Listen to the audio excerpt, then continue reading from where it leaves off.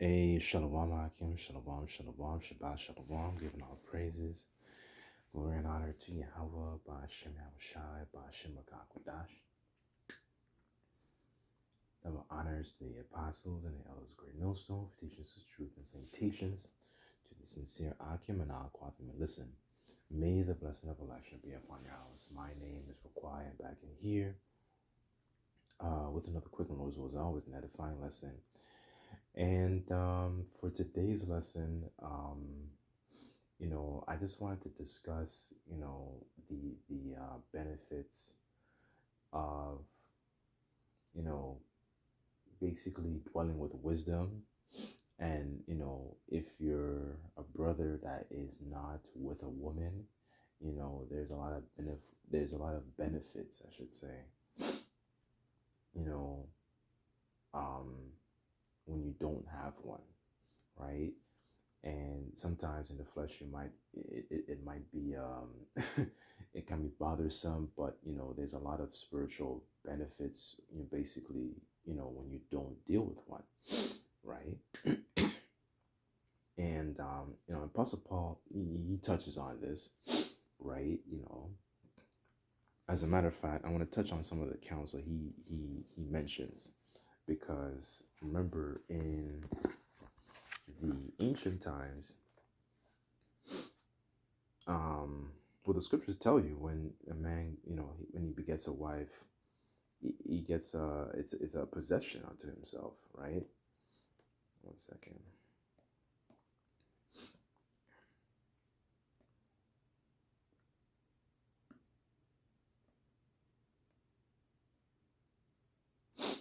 Just bear with me 1 second.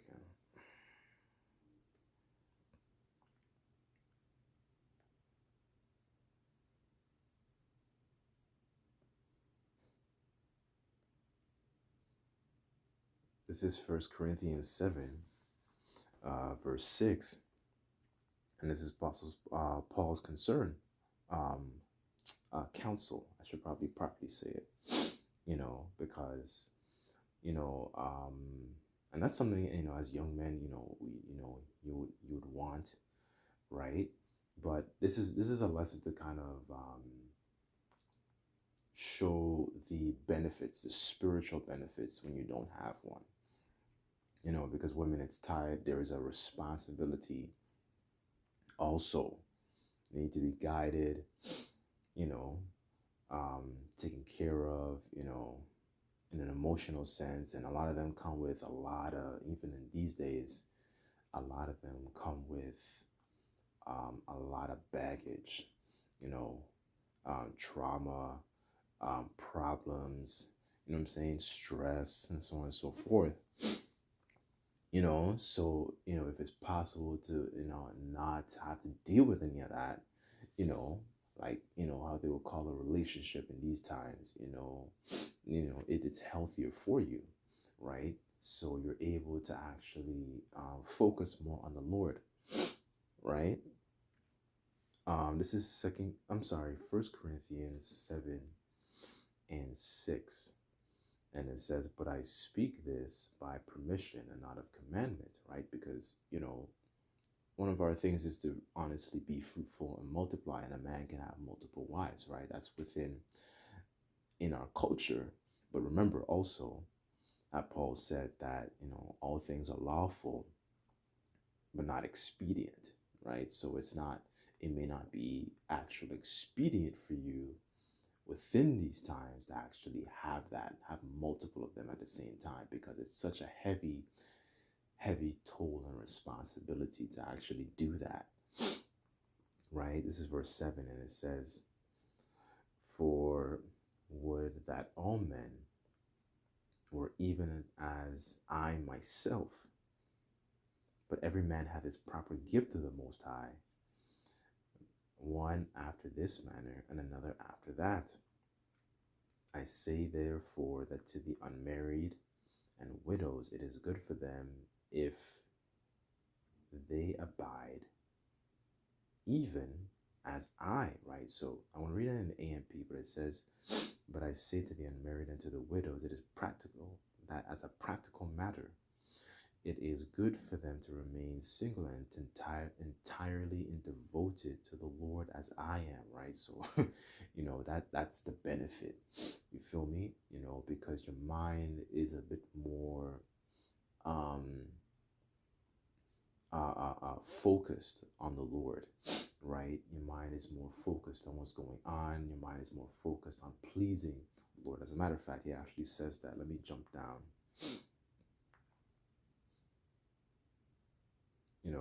I think there was something that Yahushua said in Luke. He said, a man's life consisteth not in the things that he possesseth, right? Right. And women is also a possession when you really think about it. you know, um, so, there's a lot of benefits. That's really the point here. So your devotion is more like, you know what I'm saying? Like it's more like head on, like Apostle Paul. It was just like, you know what I mean? You know, so um one second, where is it?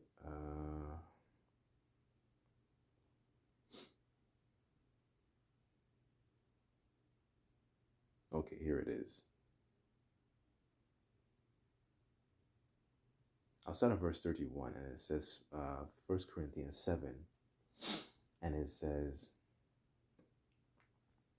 and they that use this world are not abusing it, for the fashion of this world passeth um, away. Oh, look at this in the AMP. Hold on. And those who use this world and take advantage of the opportunities as though they did not make full use of it. For the outward form of this world, its present social and material nature is passing away, right? And that's very true. You see that day to day, the social fabric is wearing down. We're starting to see the glitz and the glamour of, for example, like celebrities. A lot of that, you're starting to see the ugly side of what's going on in that industry. You're starting to see the horrendous side of, politicians, right? You're starting to see the brewing of certain prophecies, that third woe. Yesterday I spoke about the what's that? The sedition among men. They shall not regard their kings or their princes. We're starting to see earthquakes and diverse places, right? So you're starting to see a lot of things. Things are brewing in different parts of the world, right? And that really is, examples of different prophecies, like I'm mentioning, right? So going back a point to the devotion, right? You focus more on the Lord, right? So, but here's really the point I wanted to get. Just bear with me. Let me look for this. This is 1 Corinthians 7, verse 32. And it says, but I have you without carefulness, that he that is unmarried care for the things that belong to the Lord, Yahweh Bashem Shai. And it says how he may please the Lord, right? So you're more concerned about, a mindset of trying to please the Lord, because like, you want to actually, when you think about it, you're trying to change, and, you're trying to be more transformed, the renewing of your mind. You're trying to exemplify certain fruits of the Spirit, right? You go into the history of our forefathers, you know what I'm saying? If it's your capacity to teach, you're trying to teach, you know what I'm saying? Hopefully, that to make your lessons as edifying as much as possible. Those things are pleasing, right? Because like I say, there's the Lord puts us in situations, to exemplify for certain fruits of the Spirit, right? Um, because we can't be saved by holding the law, like the performing the whole technicalities of the law, right? If you're a breaker of one, you're a breaker of all, right? So we can't. That's something that is hard for us to do. We're not under that yoke, like they talked about in Acts 15 in terms of that was a yoke for us and our forefathers were unable to bear, right? We're not under that, so we try to exemplify our forefathers through, Yahweh Shai, as much as we can, right? Yahweh Shai even said it himself. these two things, um, loving the Lord with all thy heart and all thy soul, and loving thy brother as thyself, to roughly paraphrase. These two things hang all along the prophets, to roughly paraphrase, right? So Yahushua really made it very, very simple, you know, for us, right? It's not easy all the time, but if you go into the technicalities of the law, you know, a lot of those things, like I'm probably wearing a t-shirt right now.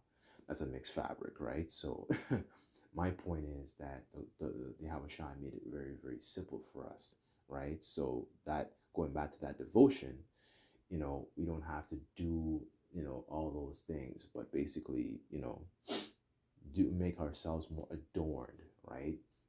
Make ourselves more, put away the idol worship, the things we used to do and stuff like that. And, so we become more pleasing in the eyes of Yahweh Bashem Shai, right? So the Lord can actually have mercy upon us. As it says, I think it's Zephaniah, to seek righteousness, to seek meekness, that you may be hid. As a matter of fact, let me jump there. Hid in the day of the Lord's anger, right?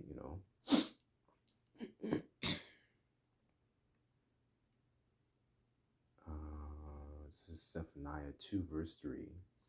And it says, seek ye the Lord, all ye meek of the earth, which have wrought his judgment, seek righteousness, seek meekness, it may be ye shall be hid in the day of the Lord's anger, right? So you can see that the Lord is angry, pursuant to Amos, the Lord is angry with this sinful kingdom, right? And you can see that. You can see how the judgments are playing out, different examples of different plagues that hit, America. We saw what happened, with Colombia and so on and so forth, and Venezuela. These other countries are being hit with a lot of plagues, especially you tribes, actually. I was thinking about that too, in terms of the different tribes being hit with all these different, different plagues, because they're just doing things that is like basically it's a smoke in Heavenly Father's nose. It's not a pleasant sacrifice. It's not a pleasing, sweet smelling smell, right? That's a smoke in the Lord's nose, right? When you go into sacrifice, it's always about having, it's always supposed to give off a sweet savor, a sweet smell, not this, not essentially, like, imagine if you're walking on a pavement and you see somebody smoking a cigarette and you walk past them and you smell that, you're like, oh my goodness, man, that's horrible. That's a horrible smell. You know what I'm saying? So much more, the Heavenly Father, through his Son to basically, smell that, just to, like, look at the way our people behave, right? Let me actually, and I'll go back to the point.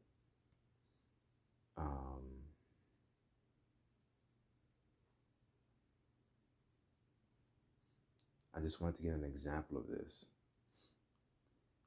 and then I'll go back really to my main point here. This is Philippians 4 in regards to sweet smelling savors and sacrifice, right? Because, Paul even touches on, present your bodies as a living sacrifice, right? So, I just wanted to get an example of this here. So this is Philippians 4 and 15, and it says, now ye Philippians, which were Israelites, in Philippi, also know that in the beginning of the gospel, when I departed from Macedonia, no church communicated with me, and concerning giving and receiving, but ye only. Excuse me. For even in Thessalonica ye sent once and again unto my necessity.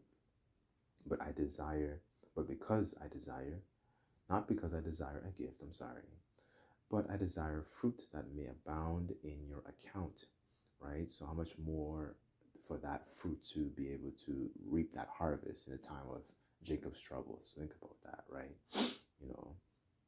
That word fruit goes into karpos in the Greek, so it refers to like works and deeds and stuff like that. So imagine, in a time of famine, like how Elijah was fed with, he was fed by ravens in a time of, what do you call that, a drought, right? It didn't rain for, I believe it was 3 years, if I'm not mistaken. and he had a brook, right? So he was able to drink from like a small river, right? And he even had a woman to be able to actually, I think she gave him like something to eat as well, right? So how much more like us in those times, right? um, this is verse 18 here, and it says, "And I have all and abound, I am full, and I have received of Epaphroditus the things which I sent from you, an odor of a sweet smell, a sacrifice acceptable, pleasing to the Most High," right? So, he received, help, I'm sorry, you know, from Israelites within Philippi, to be able to actually administer unto him and his journey and his needs, right? And the scriptures say, give unto the godly man, right? If you don't receive a recompense from him, yet from the Most High, Yahweh Bashem El Shai, right? So, that was a sweet smelling savor sacrifice that was performed by those Israelites in Philippi, right? So, you know, but that was really the point, to basically adorn ourselves and to seek righteousness. But I know I started off the lesson going into the benefits of not, spiritual benefits of when you don't have a woman, right? So I'm just going to hit a couple more here. And this is one of my favorite parts, of when you're not able to dwell with a woman, right? So this is Sirach 38, verse 20. Where is it? 4. And it says, "The wisdom of a learned man cometh by the opportunity of leisure, and he that hath little business shall become wise," right? So, we're seeking out the wisdom of the ancient, the ways of our forefathers, inquiring the ways of our forefathers, right? And that helps us to build up when we go through certain situations, because then you're able to tie your own situations um, back to different examples that played out with Yahweh Shai and our different forefathers within the scriptures, even our different foremothers as well, right? Because that gives you the comfort, the hope that you're able to overcome these situations, right?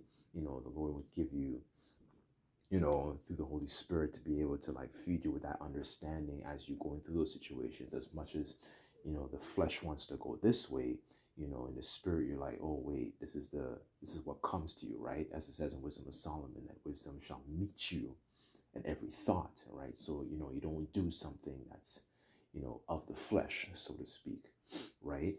You might be angry, or you might be, like you want to crash out, but the spirit essentially gives you the understanding, so you're not able to, you're able to basically fight that, right? And it is a fight, but it's also, that's where you receive real comfort, right? So you don't do the things that are, you know um contrary, right? But it is a fight, so um let me just jump down to chapter 39.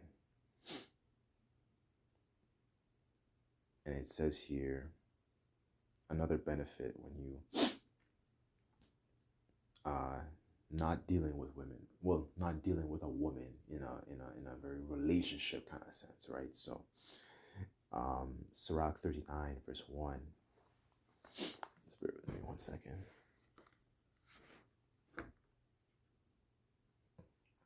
"But he that giveth his mind to the law of the Most High, and is occupied in the meditation thereof, will seek out the wisdom of all the ancient, and be occupied in prophecies," right? So occupied in watching, in things that's going on in the world, right? We're seeking out the wisdom of the ancients. So understanding, the prophecies of old, understanding the different customs, understanding, the culture, our laws, why the laws are important, why the laws need to be implemented, you know, um, understanding all these things and basically, becoming a wise virgin, right?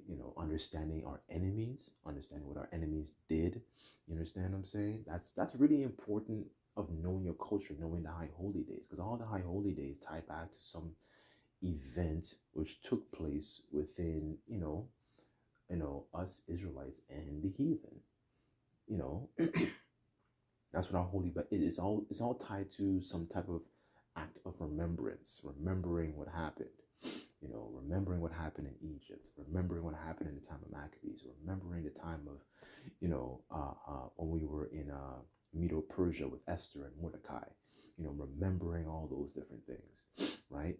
It's all tied to remembrance, right? And Jake forgets, right? That's our people's problem. And then and when they don't know, they think, the enemy is able to, to overcome them because they don't understand how well studied they are by the enemies, right?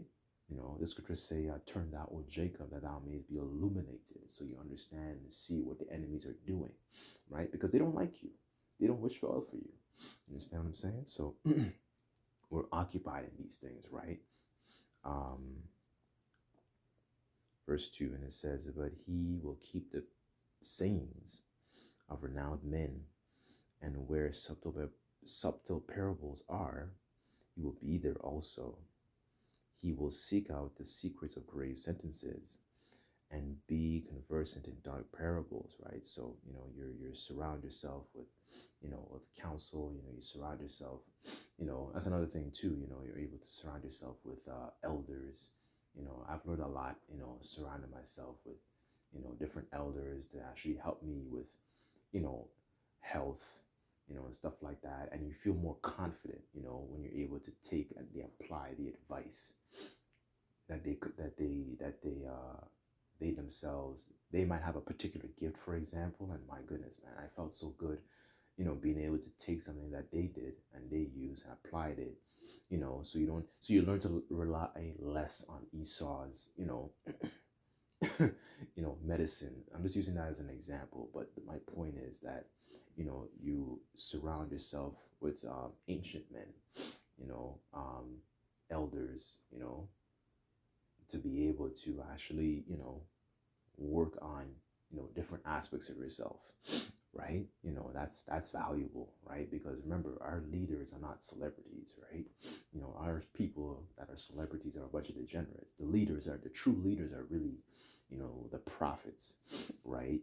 Priests, these are the elders, the apostles, these are real, true leaders, right? The scriptures talk about, I will give you pastors according to thine heart that shall feed you with, knowledge and understanding, to roughly paraphrase. And pasture is like, it's like a field. It was a field that's, in the islands we call it, that's what we actually called it, because it's a field where sheep, goats, cattle would come and graze. Like they would just eat the grass, so like in the morning, like sometimes I'll be going to school, you would see like goats and cows, and you'll see them like come and like, graze the field. They'll just be eating the grass and stuff like that. So, it's basically kind of like a field, like a plain field, but it's just an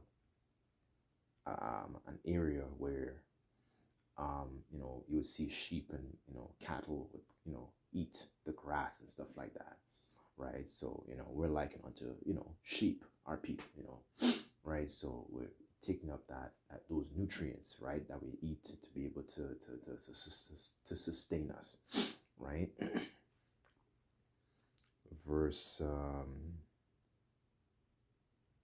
4. I'll read to verse 5. And it says, and he shall serve among great men, and will appear before princes, and will travel through strange countries. For he hath tried the good and the evil among men, and he will give his heart to resort, early to the Lord, right? So we're seeking the Lord while he may be found, because we're in a time where, famine in the word is basically, it's beginning what's the word I'm looking for? Increase, right? So the scriptures say, seek the Lord while he may be found, right? And call upon him while he's near and receive ye the mercies of David. When you go into David's story, you know, he did something to, he did something that was worthy of death, right? And that was the adultery, right? And he numbered Israel after that. But the point is like that, we did things, they're worthy of, death, right?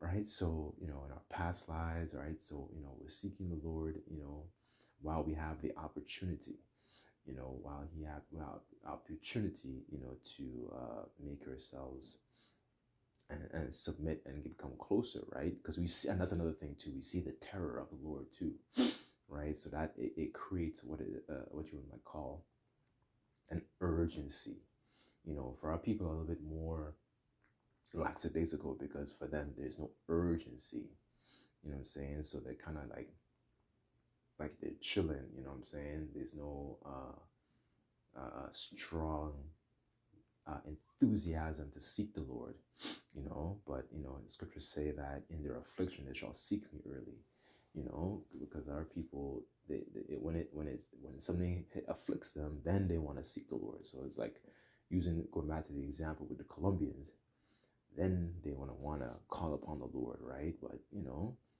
the Lord has its prophets speaking his message constantly, day and night, all throughout the internet, but our people, they have a huge problem with listening to the Lord's men,